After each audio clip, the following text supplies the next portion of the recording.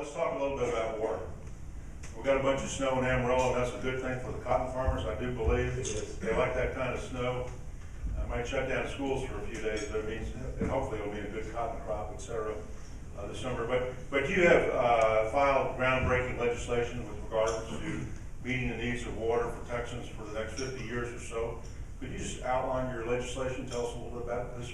My legislation was the simplest of the bills filed. It really didn't have a lot of policy pieces in it, but it had a critically important piece, and it was finance. It was $1.6 billion taken from the Economic Stabilization Fund to go into an evergreen revolving fund.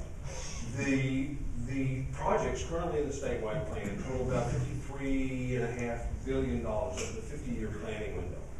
This revolving fund at $1.6 billion that would be loaned out, paid back over that period of time, would be about, in 30 years, would be that $26 billion, which is the state part of the matching municipalities and water districts.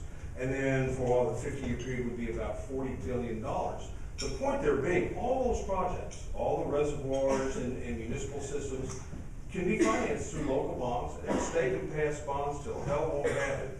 Debt is insidious for businesses and for governments, state and national. If we could do something without debt, that's sort of a recurring theme with me. If we can do it without debt, I think we must. And the plan would assume no debt for the state, essentially. Is that correct?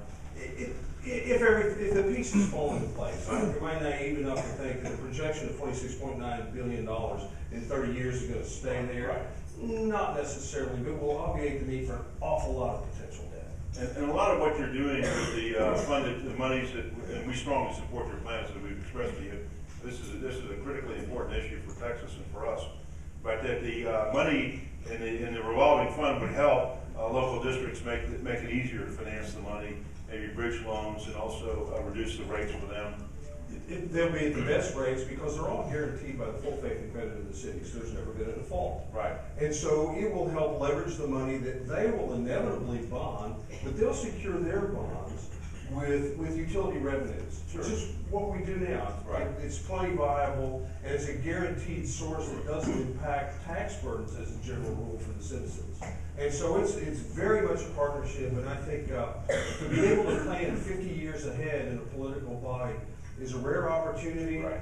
But therein lies the value of a statewide drought, because the buy-in is almost universal. Right. There seems to be the support, and this is going to get done. Now, of course, projections are that in 50 years, if we do nothing, demand will be up by about 22%, supply will be down about 10%, which would be a horrible gap, and we're already being beaten up in other states in terms of economic development, as you know. Those states are competing for jobs and investment. But can we talk about some of the kinds of things that we're going to do? We're not just building reservoirs. We may not build very many reservoirs, but tell us about some of the other things that are going to be done to meet the demands for water in the future. I think we're going to see some transportation from water mining, which has its pluses and minuses. I think new technologies or emerging technologies are going to be some of the most significant. Desalination and reuse. Gone are the days, I think, we're going to water golf courses and public parks with produced water. Mm-hmm. We're going to use recycled water. Big Spring, Texas today has a 3 million gallon a day plant to take water that comes from the sanitary sewer, purify almost to drinking water standards, and then blend it. The key with something like that, as the city officials here will tell you, is don't tell people where the water came from. make sure it meets all the USDA requirements, then get it to the houses. Desalination, I think, is going to be a huge technology. And let's just look at a concept here. If you draw a 150-mile arc from Corpus Christi, it's about half the people in the state of Texas. And where you have an unlimited thirst for water, to have an inexhaustible supply is a good situation.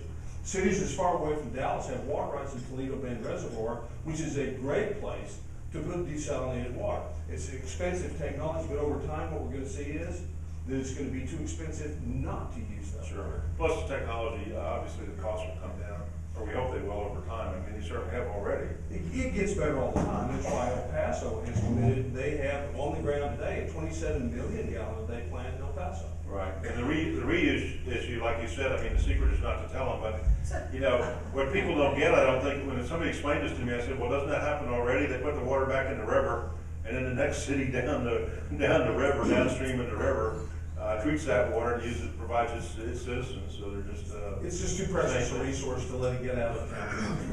Right. So moving on to higher education, you are in a unique situation that you serve both on education and higher education. Obviously, K-12 is the feedstock for higher education. One issue that's being considered, and I know you filed legislation in this area as well as Chairman Aycock has. Currently, we have a foundation plan, we have a recommended plan, we have a distinguished plan. Now, I'm not sure, to be honest with you, in your legislation, but I know Senator Seliger's bill, and I believe Chairman Aycock's bill, do away with those plans. And some have expressed concern that there might be a scenario where they would take lesser courses, yet they would still be eligible to enter our fine four-year institutions and maybe not be as prepared as they should be. Whereas now they have to take the recommended plan.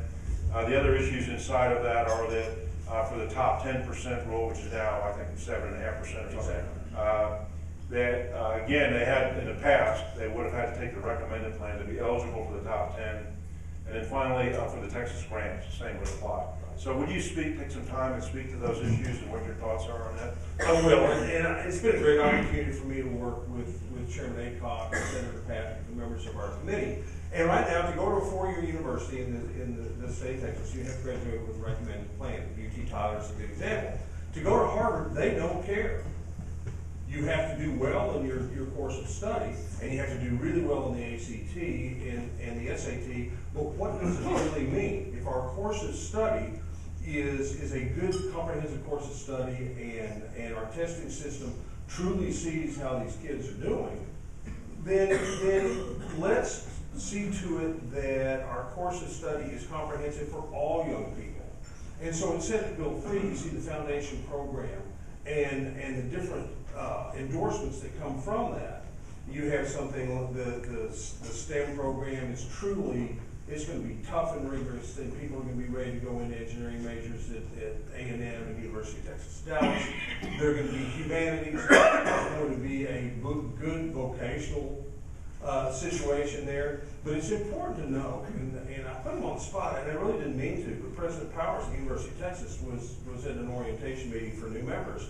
They have never seen the results of a STAR test and do not care. They really don't care really about recommended program or which program. They follow the law.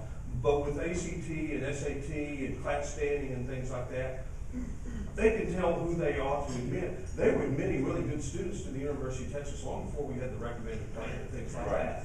When it comes to the top 10%, top 10% was, and really only affects the University of Texas, to a lesser extent Texas A&M. It came along to increase minority enrollment, which is a great idea. The problem is it doesn't do that.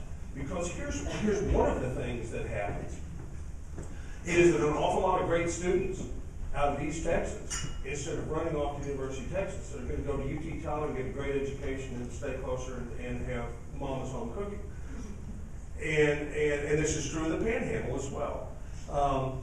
The other thing that we see is when you take those kids at the top 10%, the very best students get recruited from all over the country, and Stanford's going to offer them about $50,000 a year. And the University of Texas is nice, but it's not the end-all and be-all for a lot of those kids. What happens is that you find an awful lot of kids, a lot of them members of minorities, in that second 10%, that then UT will have no access to, because before long, the entire graduating class, depending upon what happens with the Fisher case, will be determined by the top 10%, and so UT is going to be hamstrung because they can't go get certain very good minority students. Here's another problem. University of Texas El Paso, most minority students in El Paso are staying and going to the University of Texas El Paso and getting a great education. Where do most minority students, and this is primarily African American students, graduate from high school in the state of Texas? Harris County, the most diverse university in the state of Texas, is University of Houston, which is doing an incredible job recruiting really good students and keeping them there. If UT doesn't have access to those, they can't get the students they want. And so we're going to have to do something. I'm going to have a bill that is you keep current law in place at this point, and about 75% of the entering class. I don't like the whole thing because I think. I'm sorry, you said you don't like the whole thing? No, I don't like the whole thing Right. because I think the university running the admissions department of the university is not our role. Now, you mentioned the Fisher case, which is before the U.S. Supreme Court right now. And obviously, well, I'll let you characterize it, but basically it's the question of set aside, what's the word I'm trying to think of, where. It's affirmative action. Affirmative action, yeah, sorry. Affirmative action in terms of enrollment in universities. And, some think that the Supreme Court may say that affirmative action is no longer appropriate for institutions of higher education. In that case, then I believe what happens is the top 10% rule then goes away at that point. Is that correct in the statute? What's currently in effect does go away. What the Fisher case did essentially, and this is really interesting because the University of Texas, back in the 30s, 40s, and 50s, does have a history of racial discrimination. And the courts did away with that. And now what the courts are liable to do is not let the university accentuate minority enrollment. Because what the Fisher case is going to show, I think, is that it is now discriminatory. It won't let a university specifically recruit and show any favoritism toward a historically underserved population. It's a horrible thing, really, because what they're trying to do now is exactly what they ought to do. Okay, I'm sorry, I didn't quite follow you there. So what would be the desired outcome on your part? You would just do away with affirmative action and allow the university to make the decision, is that correct? Affirmative action is discrimination, and it just is. I would allow the university, if it were up to me, I would allow the university to recruit the best of minority students and show them some preference and scholarships and things like that. And I think the Fisher case is going to tell them they cannot do that. What happens then? Not for the purposes of enrollment, but even for the purposes of scholarships, et cetera? I think they will find that discriminatory as well. That's not part of the Fisher issue. Okay. And so what happens with, if UT loses the Fisher case, it goes back to old law and removes that 75% cap, and in 2 to 3 years, the entire interclass University of Texas will be determined by the top 10%. Okay. So if the Fisher case is decided on to end affirmative action at the University of Texas, is legislative action required then in your view at that point or not? To do away or modify the top 10%, again, yes, I'm going to try to do it this time and go ahead and freeze it at current law so the Fisher case will not matter. Okay. And then what the University of Texas is going to try and do, I'm sure, they haven't discussed it with me, is try to find a way to recruit the very best and incentivize attendance at the University of Texas by minorities. Some of those who don't live in Austin, Texas, and don't follow this stuff on a day-to-day basis like you and I do, may not be aware of a debate that's going on between certain regents and the president of the University of Texas at Austin, Mr. Powers, who was honored by you and your fellow senators, I believe. Was that last week? Last week. And I think that the lieutenant governor and the speaker have decided to have a joint committee to look into governance, the proper role of the regents. Could you talk about that issue and what your views are in regard to it? I think what we're going to do first in higher education is hear Senate Bill 15, which is my bill that has to do with regents. And it says things like the regents have to have the required training on the role of regents as well as be confirmed before they can vote on personnel matters and budgets to see to it that they're prepared. It's interesting in a lot of ways because the regents have a lot of power, but it's sort of circumscribed. Basically, the only person who works for a board of regents is the chancellor of a university.